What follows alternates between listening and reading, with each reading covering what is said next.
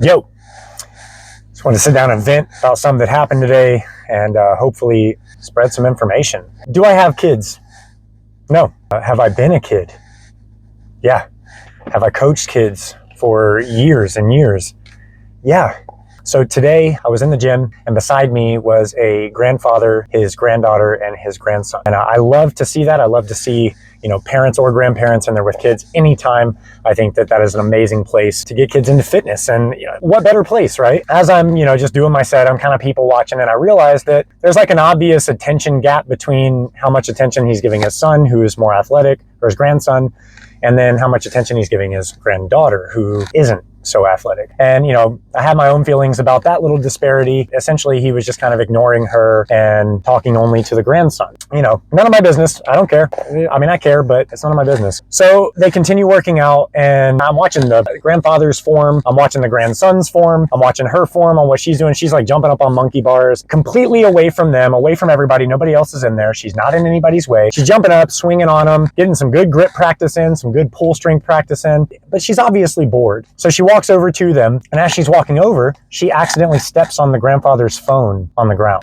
He has I know this now, $1,200 phone with no case on it, sitting on the ground. So she accidentally steps on it. And the reason that I know this is because I've got my AirPods in on like the silent mode, right? Like I can't hear shit. I've got my music all the way up, even more can't hear shit. And I hear screaming at the top of someone's lungs. So I take them off, I look over, and it's the grandfather screaming at the granddaughter, saying, "You stepped on my fucking $1,200 phone. That's a $1,200 phone. You're not paying attention to what you're doing." So here's my question. If the granddaughter's phone was left on the floor by her, and somebody stepped on it and broke it, and she came back and said, "Grandpa, somebody stepped on my phone and broke it," what would the grandpa's fucking response be? Why'd you have it on the fucking floor, right? Anyway, I digress. So he's like, "You stepped on my phone. It's a $1,200 phone. You're not paying attention. You're just jumping around, acting like you're all bored, all this stuff." He was like, "Sit. You know what? I should make you go sit with your grandma right now. You want to go sit with your grandma? Yeah, you know what? That's a good idea. Go sit with your grandma on your iPad." And she's like, "Grandpa, I don't want to sit on my iPad. I want to work out with you guys." And he's like, "No," sits her down in the corner while they continue working out and just completely ignores her, makes her sit there. Well, I guess in that time period, he texted the grandmother and the grandmother comes up. It's obviously apparent that this is her because she's coming up with like a fucking fire under her feet. And without even saying a word, she just doubled down on this girl. "He told me you're doing this, so you don't want to work out? You don't want to do this? You can come sit with me on your iPad." She's just doubling down. And the grandfather pulls the grandmother over right in front of her. The grandson's right there too. And he goes, "This is where I couldn't take it." He said, "She's over here acting completely disinterested. She's doing all sorts of shit. She's throwing dumbbells around." Blatant lie. I was there the whole time. She's throwing dumbbells around. She's jumping around, swinging on everything, doesn't have any interest in what we're doing. And she stepped on my phone, makes this big fucking deal about it, right?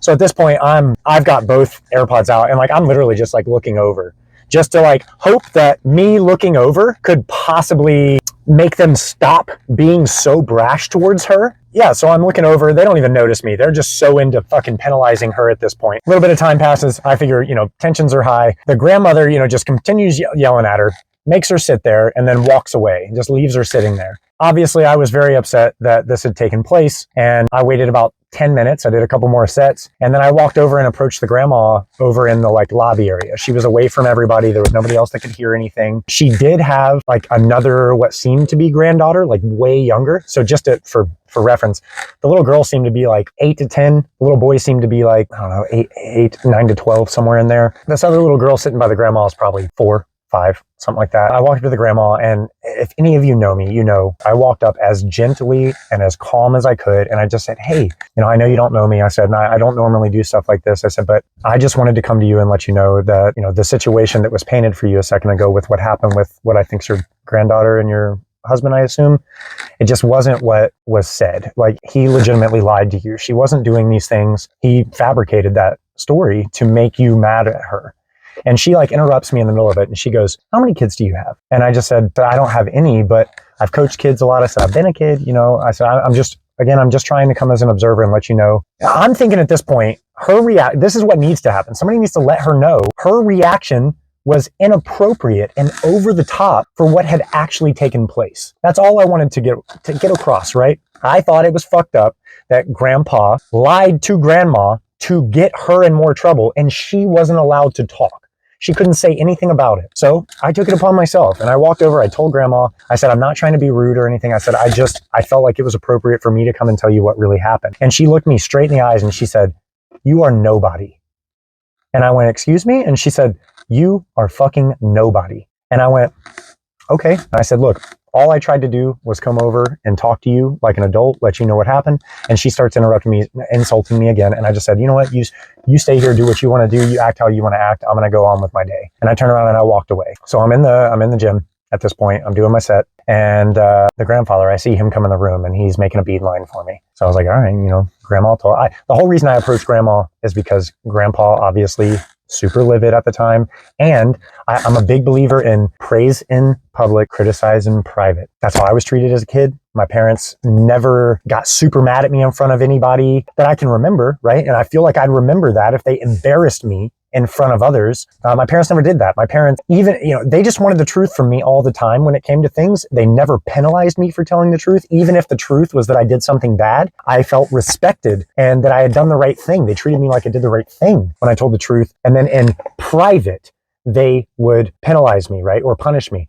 To be fair, from what I can remember as a kid, anytime that I was criticized in public in front of other people as a child, my thoughts and my responses were, fuck you for criticizing me. Fuck you for everything you're saying. Fuck what you're trying to teach me. I don't care about your opinion, because I was being embarrassed. Now, when my parents took me in private, or when I had good teachers or, administrators, whoever that took me in private and talked to me, my thoughts were, what did I do wrong? And how could I correct my behavior? Why did I do what I did? So the grandfather comes up to me. And I'm talking to my buddy at this point because I'm shaking at this point that this lady spoke to me like this. You can keep your cool, but it still, brings that up inside of you. And so I'm sitting there telling him, and the grandfather walks up, interjects himself in the middle of the thing. And he goes, hey, bud. He said, and he loudly, he goes, I heard you got some parenting advice for me in the middle of all the gym. And I went, I don't have any parenting advice for you. I said, man, I just didn't. And as I'm saying that, he interrupts me. Well, how many kids do you have? And I went, hey, man, are we going to yell, or can we just have an adult conversation? Can we just talk to each other about what happened? I said, because we can do that. We could totally just have a conversation. And he stayed at his level. I was so happy that Brad was sitting right there just listening to all of this and seeing this unfold. But he just kept at his level. And how many kids do you have? And I said, I don't have any, but I coach kids and I have been a kid. And I said, I don't have to have kids to understand that your response to what she did was inappropriate and over the top. And he goes, you don't know anything about what you're fucking talking about. I told him, I think I know exactly what I'm talking about, in the sense that your response was over the top. It shouldn't have happened like that. She stepped on your phone. You're an adult. And you put a $1,200 phone on the floor where people walk. You should understand that that is a perfectly accidental mistake that anybody could have made. And I don't understand why you felt the need to have to lie to your wife and inflate the story in order to make her response match yours. I said, what that tells me is that you didn't actually think that what she had done was bad enough for the response you gave her. So when your wife showed up, you had to embellish. You had to inflate the story and make it seem like she was being more of a bad kid than she was. And I said, I don't understand that, and I don't agree with that. And I don't have to have kids to understand that that's wrong. And he just continually tried to turn and walk away from me as I was making these points. And it eventually just died down to him eventually just walking away. I said, have a good day, sir, and sent him on his way. And Brad, over to the girl, just looked at the girl and said, I'm super sorry, sweetie. He even told me that he felt like telling the little girl, hey, 911's a thing. Because he was thinking the same thing I'm thinking. If this is happening in public, what happens in private? I'm not assuming this guy beats his granddaughter or grandson. It just rubbed me the exact wrong way.